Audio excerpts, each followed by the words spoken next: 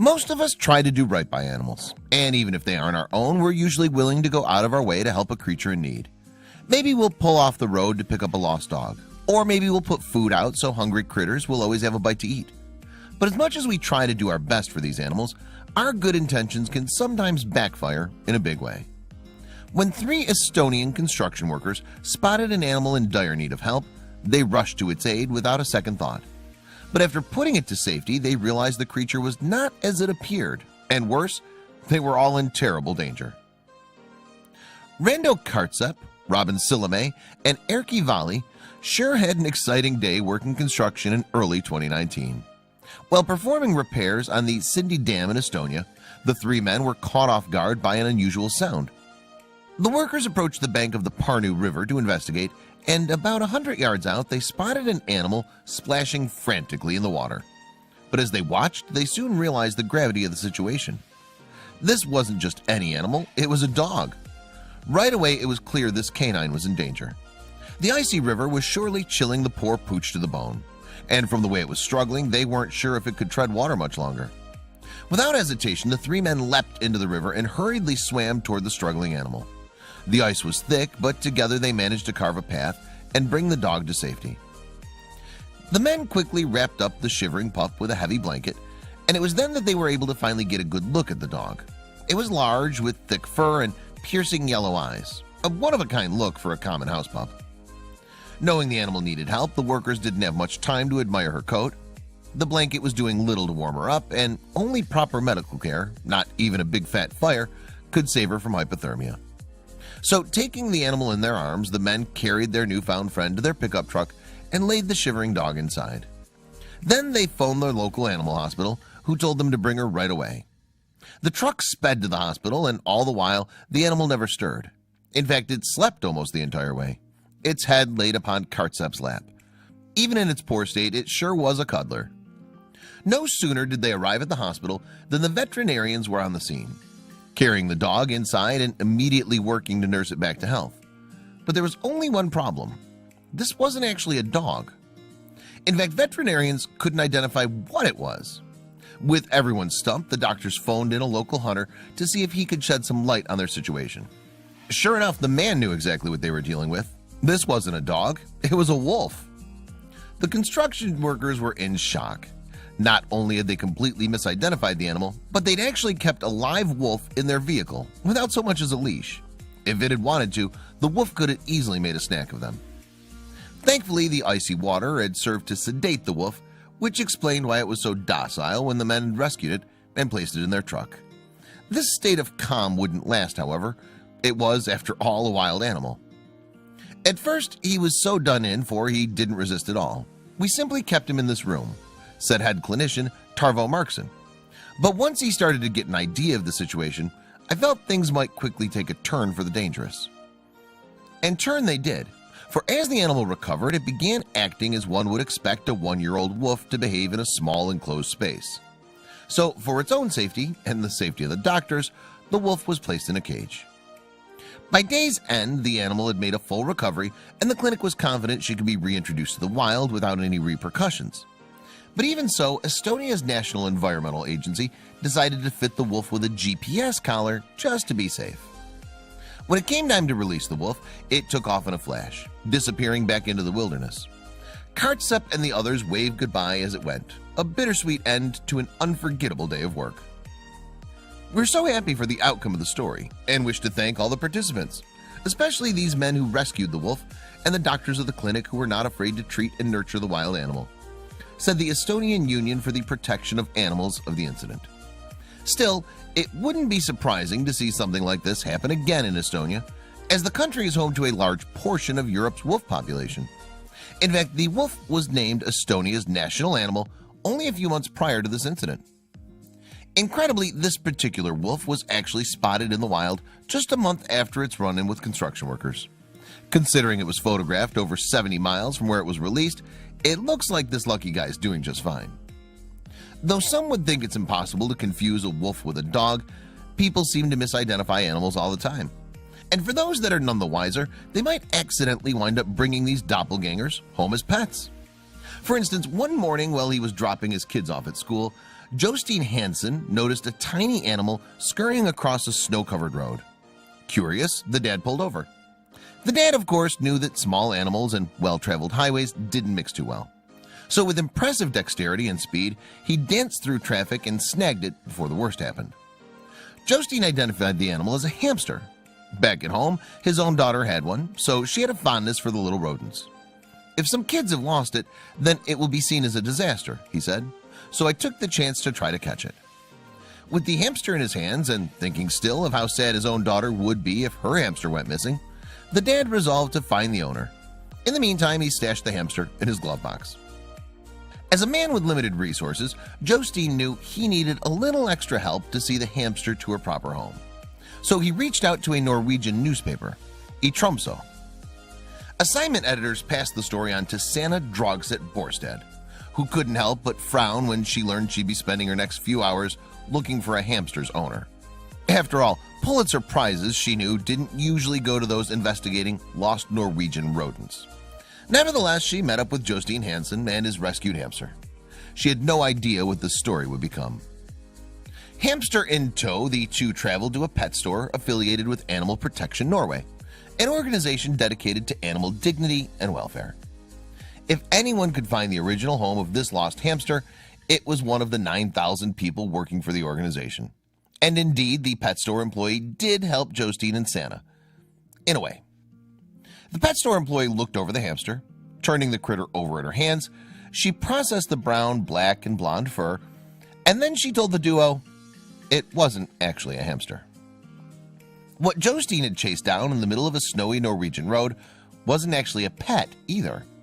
In a way, actually, Justine had conducted a kidnapping, a rodent napping, if you will. The creature was actually a Norway lemming. Indigenous, of course, to Norway, these furry critters do bear a striking resemblance to those pets we've come to love. But wait, you might be thinking, the creature was playing Frogger in the middle of the road. That's so very lemming, right? The creatures, after all, have a reputation for chasing each other off cliffs. So Justine kind of did it a favor, saving it from its nature. Nope. Contrary to their behavior in the popular video game series Lemmings, the critters are smart, master burrowers, and they like to go on the move when their homes get overcrowded. They do just fine in nature, no matter the weather. So back in the pet store, Justine knew he needed to return the critter to the wild. He and Sanna returned to the road from which the lemming was originally rescued to let her run free in the snow, not in a wheel. Then, in the middle of a dark and dreary day, the duo released the lemming, waving at her as she made her way back home. Those involved couldn't help but laugh. They'd been a part of the world's most bizarre mistaken identity case. Sanna may not have won a Pulitzer with the story, but she was smiling by the end of the day. She covered a story she didn't think she, or anyone involved, would ever forget. As for Justine, while some thought to pile on the eager dad in the aftermath, the guy did pick up a wild animal while it was just hanging out.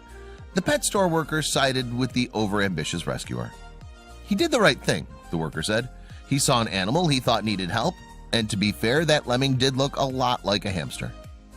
In fact, Justine's decision to help an animal he thought was in trouble is far better than the alternative, letting an animal suffer because you think it's a-okay. Jim Passmore of Broken Arrow, Oklahoma, learned the same lesson. His usual stomping ground was Hakey Creek, a park frequented by outdoor lovers admiring the plentiful pecan trees. There, while waiting for his Yorkies to do their business, Jim spotted something out of the ordinary. A strange mass floated on the surface of the park's water, sitting in stark contrast to the normally smooth surface of the creek. It was big, brown, and vaguely animal-like. Squinting to get a better look, he guessed the object was a log, but he wasn't sure. Edging closer to the shore, Jim stepped off the trail into the muddy grass. If he could just get a closer look, he might be able to satisfy his curiosity. Finally, with a jolt, Jim realized that it wasn't a thing after all. It was covered in brown hair. It was alive. Feeling lucky to glimpse a wild creature in its natural habitat, Jim was only more intrigued. The unknown animal was moving. Barely. Could it be gently stirring in its sleep, floating but rattled by a dream? Then his dogs began to snarl. The nearer Jim reached the animal, the more riled up his tiny pups got. Their predatory snarls and growls made it seem like they sensed some looming danger. Nevertheless, he grew concerned by the animal's feeble movements. It looked desperate and stuck. Since the thing was hanging out in a wooded, muddy creek bank, all signs suggested it was a beaver. Then, fresh off the revelation, he noticed something hidden in the brush that hinted towards a more sinister situation. A carrier. The case was large, the kind used to transport pets to the vet, and appeared abandoned. Poking around inside, Jim discovered a large, filthy blanket. What worried him more was that beneath the blanket was a heavy, weighted chain. Standing there, Jim tried to piece together what was going on. Obviously, someone had discarded the carriage, judging by the haphazard scene, the dirty blanket, the chain, the bitten and mangled cage. A cruel individual had dumped a helpless creature in the wild. Someone, Jim thought, intended to harm the animal, but it escaped. While understanding washed over him, a rustling in the woods got his attention. Another beaver crawled out of the undergrowth. Jim took this as a sign. Not fleeing from human contact, the beaver moved into the open. Jim watched, mystified, as it crossed the ground and moved closer down the creek's edge towards the mystery creature. Seeing as he had pegged the mystery animal as a beaver, Jim took this new beaver's fantastical intervention as a positive omen to trust his gut. He approached this beaver, creeping the final few feet towards the floating animal. The other animals stirred weakly, trapped in the muddy suction of the water. Side by side, Jim knew he'd guessed wrong. The creature was way too big to be a beaver, unless it was a radioactive giant one. All along, the creature in distress had been a big, fluffy dog. Muck and grime concealed a gorgeous collie. Glad he further investigated the mystery creature, Jim stepped into the creek, now determined to save him. Better safe than sorry, Jim called out to some other pedestrians to give him a hand freeing the dog. They gathered around him, but as Jim had feared, any contact sent the dog into frenzy mode. It bit someone who got too close. With the creature still stuck in the mud, Jim re-evaluated their strategy. They needed to be careful. Grabbing onto the scared pooch would only freak it out further. So in order to unstick the cranky thing, they needed a distraction. A solution popped in Jim's noggin. The dog couldn't bite what it couldn't see. Grabbing a sweatshirt, he draped it on the suffering dog's head. Cutting all vision and light worked like a charm. The hairy critter appeared soothed. Now that the dog was subdued, they had to yank it free. It slipped further into the mud, and so would the rescuers if they kept standing in the gloop. They needed a pulley system. Wrangling up a makeshift lift composed of dog leashes, they looped the ropes around its belly. Planting their feet, the gang heaved. You'd figure several able-bodied men would pluck the helpless creature out in seconds. But it was as if this guy had been superglued. Finally, after one high-stakes game of tug-of-war, the dog slipped free. Elated, Jim pulled back the covering and wiped away the mud to reveal the dog's face. The dog looked thankful, but understandably terrified. There was no telling how long the poor creature wrestled to free itself from the mud after its owner deliberately cast their pet away. All they could confirm was that the handsome doggy appeared perfectly healthy. Jim, a long-established dog lover, was furious. How anyone could abuse an animal, let alone their pet, he never would fathom. He phoned the police, and officers arrived swiftly on the scene. Finally, the scared pet had advocates, and they set to work to keep him safe. Upon further examination, the police began to piece together the sad truth of the dog's tale. Locked in the animal carrier, trying to bite its way out, the sweet creature had been dropped on the street. At some point, the cage had been struck by a car, sending it tumbling into the forest, where it landed in the muddy bank of the creek.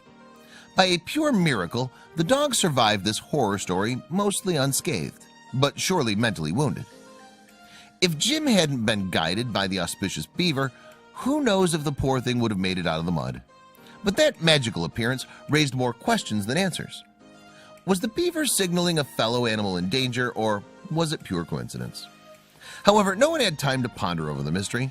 Officers realized the dog wasn't walking out of the paddock.